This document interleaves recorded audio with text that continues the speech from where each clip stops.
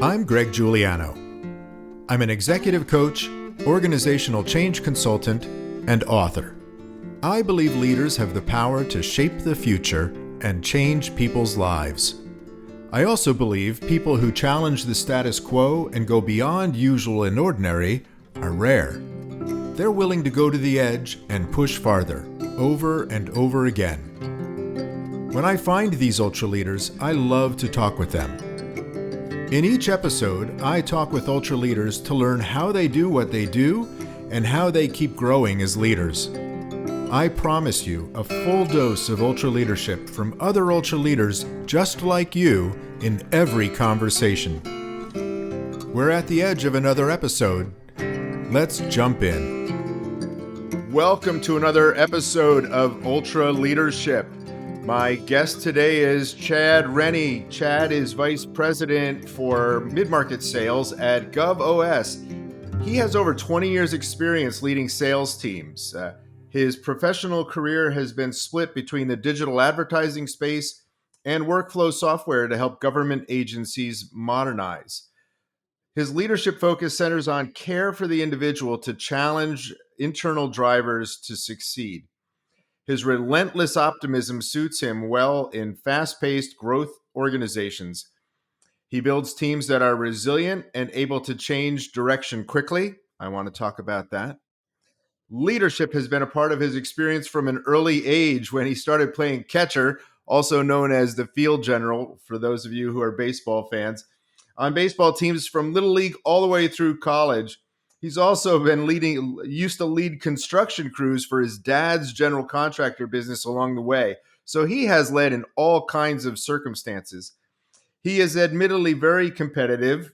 And if you can find me a sales leader who isn't, I'll buy you a drink. I love he's a dog guy. He's got an American Bulldog. He's got a couple of Yorkies in his house. So his house is crazy like mine, filled with dogs. He's a travel baseball, high school baseball dad, a Down syndrome advocate, and will never miss a tea time. He loves leadership as much as I love talking with leaders. I'm looking forward to our conversation today. Welcome, Chad. Thank you, Greg. Happy to be here. I'm excited for you for our conversation today because you've had such a wide experience of leading from when you were a little kid. And so I'd like to start there. Like, what's the biggest lesson that you've learned along the way that you can immediately share with us? Like, here it is. This is my advice to the world on leadership. Humility and listening. I think those two character traits in leaders tend to make them great leaders no matter what the situation. Complex, scary situations, whether you're in fear or the person you're working with is in fear, to be able to get to the bottom of that and them feel like they have a partner as opposed to somebody that's just going to direct them to do stuff. I think making sure that connection is there is the piece of advice that I would say to anybody looking to leadership or any type of kind of sales profession. I think it's an important trait, right? I think in when I was a child, I think that's what was drilled into me, and I didn't connect all those dots about leadership until I kind of went through, got my bachelor's degree, got into sales, and then saw this sales leadership job, and it was like, you get to coach people and you get to be competitive. And I kind of started to connect dots like, wow, I've led people on baseball fields and in complex situations, leading roofing crews at 16 when you're the boss's son. That's not an easy scenario to always navigate, but you kind of have to get through it because your dad's counting on you. So, whether those were forced and I loved them at the time or not, the dots connected for me when I got out into the professional world and realized that I got a lot more gratification out of watching somebody else score than scoring myself. My sales history, actually, I only spent probably 3 years as a carry my own bag seller, and then got into leadership moderately early because I was in the domino effect of September 11th. We were selling conferencing and the business grew really fast and I was good at selling. So they asked if I wanted to lead and I started leadership. So, that was pretty early in my career. I was probably thrust in it too early. I was not a very good leader when I first started. I had to lead all my peers, my buddies, and that's a difficult transition for a new leader, but learned my lessons pretty quickly and then was able to kind of get into some more formalized leadership positions. Yeah. So there's two things there that I find fascinating and I'd like to follow up on. One is that you mentioned that listening is really important, and that's hard for a lot of leaders. And how do you remind yourself, because you're really interested in what your team is working on and you have a lot of opinions because you've been at it a long time. And so a lot of leaders have this habit. So how do you remind yourself, no, Yeah. listen? Yeah, it's a great question. I was taught a coaching framework, I want to say in 2010, maybe 11, that basically was a quick assessment of, hey, what does this person bring into the table? Right. And then whatever they're bringing to the table, you kind of have to plug the gaps of where they're deficient. So it's really three areas: it's skill, engagement, and coachability. Right. So in those scenarios, when I'm about to have a discussion, I quickly do that assessment and say, does this person need me to demonstrate what it looks like? And then they take it from here. Does this person just need to be motivated to do it? Is their engagement low? And they just kind of got a bad attitude because the change in comp plan, or, they're sour about losing that deal. So it really gives me a prescriptive, like, okay, hit them in the gut on this one, or no, just demonstrate what they have to do. Give them the step-by-steps and they'll do it. So I use that coaching framework in almost every coaching situation. My phone rings, I immediately kind of apply the SEC framework and say, okay, does this person have the skill? If the answer is yes, then I just really got to push on them to do it, right? If they don't have the skill, I got to teach them how to do it. So that's kind of how I use in each scenario, how I kind of assess those situations. That's really helpful. I like that framework. The other thing I wanted to ask you, and this is a hard transition, and you made it when you were fairly young, but going from being the sales guy to being the sales leader, I see so many leaders who they were a great salesperson, or they're a great marketer, or they're a great engineer, and they get moved into a leadership position. And it's a really hard shift for them to make. And so I'm curious, if you had to go back and advise yourself now, what would you say to yourself when you were first starting that? And because that's a tough transition that a lot of people have a hard time with.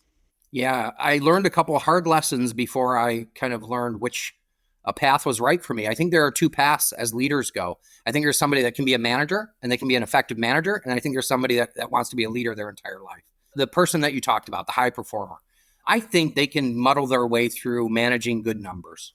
But I think they're going to have a team with high turnover. I think they're going to, so I don't necessarily fully buy into that the top rep can't be a good manager. Where I think people miss the mark in those promotions is they don't generally look for the proper leadership traits, right? And I think the leadership traits are humility, learning, care, motivation. Can you partner with your team? I think those are actually leadership traits. And I stumbled the way into leadership because I was producing pretty well, and a lot of people asked me questions. So somebody asked me, do you want to be a manager? And I hadn't really thought about it at the time. So I think that's kind of as I think about the leadership path, I'm always led by the humility and always wanting to do more for my team, right? I always owe my team more. I always say it, my favorite reps are my pains in the butts, excuse my language.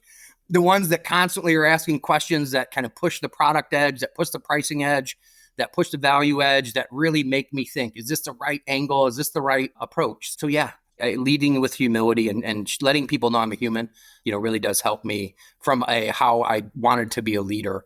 And I think that trait has continued to be successful in my world because I can take teams quickly, absorb. I'm not the leader that comes in and say, do it my way, do it my way, do it my way.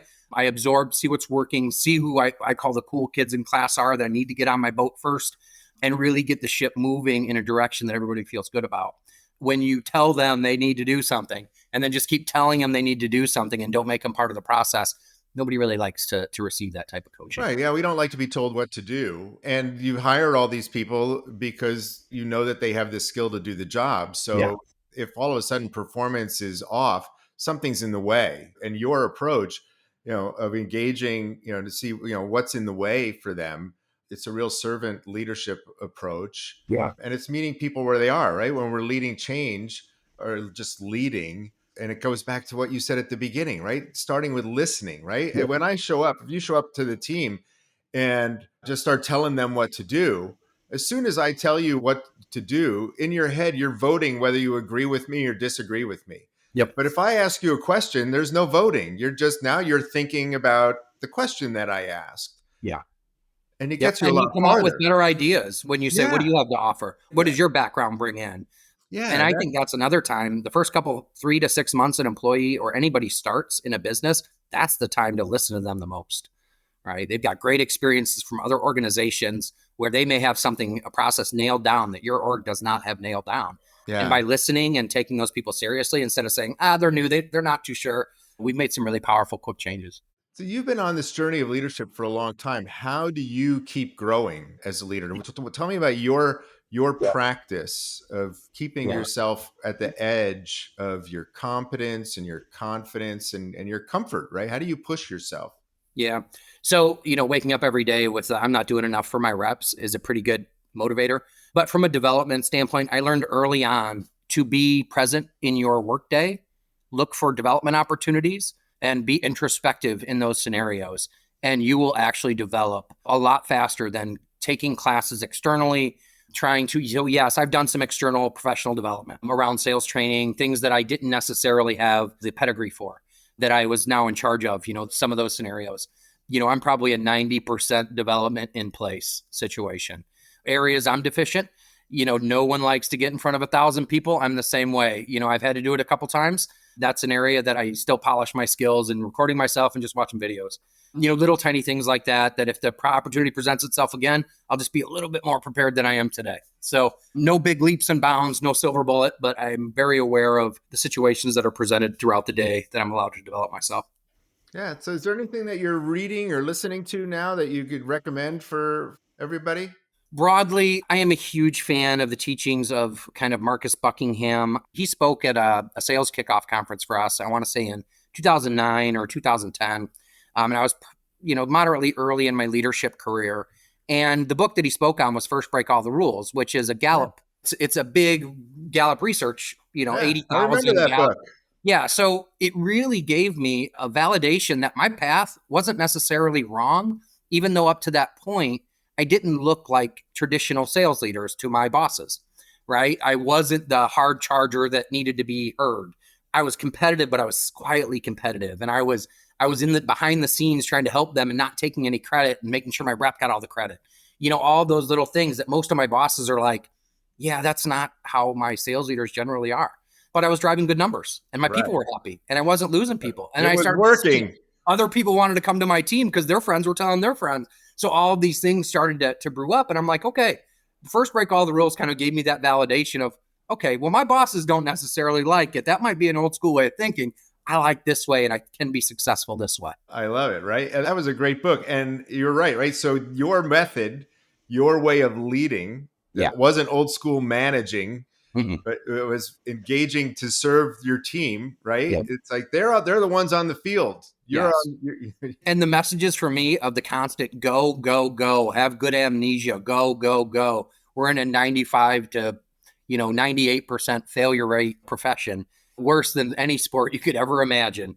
To be able to mentally have a career in sales, you have to be mentally tough and be able to get through the cycles fast. So yeah, I find that people that are hard chargers and can be ruthlessly optimistic with me and go, go, go. We'll clean up, we'll make a mess, we'll write a contract wrong that our legal team will have to clean up a couple times here or there. We'll miss a detail, but we're going to go fast and we're going to try to make the back end of the organization break, right? That's always a good thing for sales when implementations are too full and they've got to hire 5 people because we've stacked up so many deals that they can't get to them. Yeah. So tell me more. I love that you talk about being relentlessly and now ruthlessly optimistic. Yeah, I annoy my family. Everybody that I'm involved with, I'm annoying to them to some extent on this because they could throw me the worst problem in the world. I'm going to absorb it and I'm going to find some nuggets to start grabbing onto, right? Of hope, right? Whether it's a personal scenario, professional scenario, whatever it may be, the other side, there is some happiness, right? And I'm sure of it and I'm going to find it and I'm going to beat the heck out of anybody that is throwing too much negativity down in front of me. So that's where it's constant. Fast-paced organizations work really well for me in that regard because, new leader comes in, new change. Hey, we're going to do this new process. He needs a leader that can help support it, move it fast. Kind of going through that right now. We got a new C-level sales executive last couple months, brand new processes, drastic change to all of our tech stack relative to what the reps are using and how they're interacting with the tools daily, but we're moving fast and the changes are happening and the team's not, complaining. They're moving along with the change. Yeah. So how do you, so as a leader in that regard, you're not just leading sales, you're leading change. So, Initiative. Yeah, right. initiative So change. how do you help your people in that? Because the change, Transparency. we can announce the change, but then everybody has to process, what does that mean? And what's the impact for me and the team? And how Yep. do I do all of this? Find their place in the new order. So what does that look like for you and your team? Transparency, significant transparency. Maybe to the point that if my bosses knew the level of transparency I had with my team, they might not be comfortable with it. There's a couple things that I do that are definitely not off the HR grid, but they would say in general, you probably shouldn't do. I play favorites. And I tell my team I play favorites. And they clearly see who are the favorites. And it's the ones that hustle, that do that right, have the right behaviors. And then they get the extra leads if there's round robin system, or they get the, hey, there's an open territory I need covered for a month. You want to cover it? Right. It's the manager, I think, always has one or two of those nice to giveaways in their pocket. And they always show up a fresh hot lead, stuff like that. Well, that's how I play favorites, right? I just continue to feed the ones that continue the best behaviors. And eventually the non-compliant ones either get themselves up or they realize that they're not going to be able to compete at that level. So I don't often have a lot of performance correction challenges on my team. They tend to naturally work themselves out because I just relentlessly talk about the positives, like, look what this person did. I'll flash public numbers. Public accountability is very important to my team. We know what all team members are good at and what all team members are weak at on my team, and we publicly talk about who can support them. Right. And I think that's another part where it builds that culture, right? It really does build the team. Hey, this is my team. It's our team. If you fail, we fail, kind of thing. So I think all those little tiny aspects, those are the soft skills I think that I learned in leadership that I didn't know I was learning, right? It's all those little things. So you know all about high performing teams, having been on them Yes. and led them. What's the one behavior that if everybody on the team does it, Yeah. consistent, it doesn't matter what kind of team it is, but if everybody on the team did this one thing, our performance would go up? Care. It's just care, right? And I know it sounds silly and broad, but I'll describe care at each level. Care, the most successful reps I see, they truly care about solving the prospect's problem, right? They care about the problem and making that person's life easier. In government, that literally is the person that regularly overproduces quota, right? The rep that can go out there, make themselves feel like part of the organization in which they're selling. They feel like their partner, and they care about them being happier and less stressed about the digital to, the paper to digital transformation. Care as a leader, I don't care just about my team's numbers, right? I know about their personal goals. I know that one of my reps wants to buy a short-term rental house, right? I know that one's got a daughter he's starting a college fund for. I know, and these aren't things I just passively come by. It's stuff that we talk as we build our relationship. And I know that's what wakes that person up every morning. And until I know that about that person, I do have a hard time motivating them. But when I know that about that person, now it's, hey, you signed up for the sales job. Here's how to be successful. Let's go. It's all about your goals. It just becomes all about your goals. So I think care at each level, thinking about the other person's, putting yourself in their shoes. I think those are the things I would say are probably most critical to me. So, but we all have habits that get in our way. So what's the thing that you do that, oh, shoot, I wish I didn't do that? Yeah, it's that optimism again. It can go crazy at times. So yeah, in the hiring process, I'll see a nugget in someone, right? And I'll be like, oh yeah, they got it. They got it. They don't have any background. They don't have any professional background that says they could do this software sales job, or they could do this, selling, this equipment or widgets or whatever. I see that nugget and I'm like, yep, that's them. And then they start and I can never get that nugget out of them. And they just don't perform. Thankfully, that's not the norm. That would be more of an anomaly. I would say it's probably 10 to 15% of my hires, but I do strike gold occasionally in that person that went door to door selling vacuums. And that's the only sales job they've ever had. And I bring him into software sales year one, and he was 134% to goal. Never sold anything in a corporate environment. So there's those people too that that's the reason why I'm still okay with that risk in my mind, is because it allows you to find the gold star, the person that would never have found their way there. But it also gets you a misfire occasionally, I think. Yeah. So what are you grateful for today?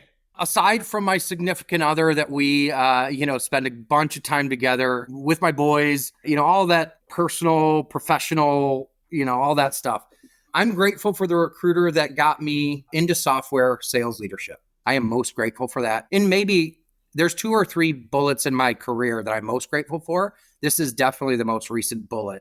In 2019, December, I was working at a place. I was trying to turn around a sales team. It was kind of an antiquated industry, small margins, selling hotel refurbishment equipment, essentially. Well, obviously, with the pandemic, she came and got me in December 19. Once the pandemic hit, that business basically closed down. So 4 months in advance of the pandemic, she pulled me out of there to start a software sales leadership job. And I had always kind of desired software sales leadership. I had been in advertising and loved advertising because of the margins, right? It was a moderately low cost business with, some flexibility and you could run fast. But software was the next one for me. I hadn't been in software ever. I had sold some things that kind of looked like software a little bit through the advertising space, but I really wanted software sales leadership. So to Melissa, I am very thankful, December 2019, for coming to get me. I wasn't looking. I probably should have been, but she came and said, hey, I got this opportunity. It was for a leader of business development at the time. It wasn't even a sales leadership role. I started, changed that team around 11 months. They moved me over to the sales side, started leading the sales team. And then, here I am. That's awesome. Awesome. Yeah. Well, thank you. I'm grateful for you. I'm grateful for the conversation that we had today. I really appreciate you being here. I learned a lot. I hope you had a good time.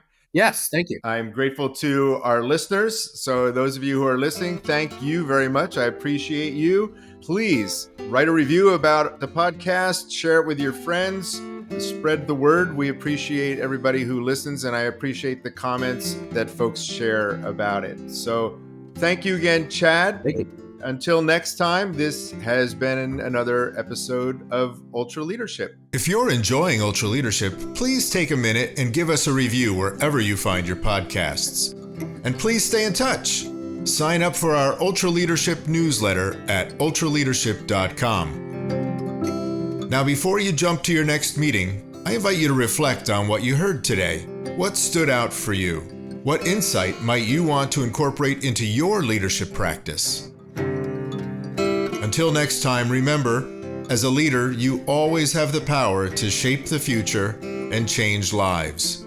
So go to the edge and push farther. Thanks for listening.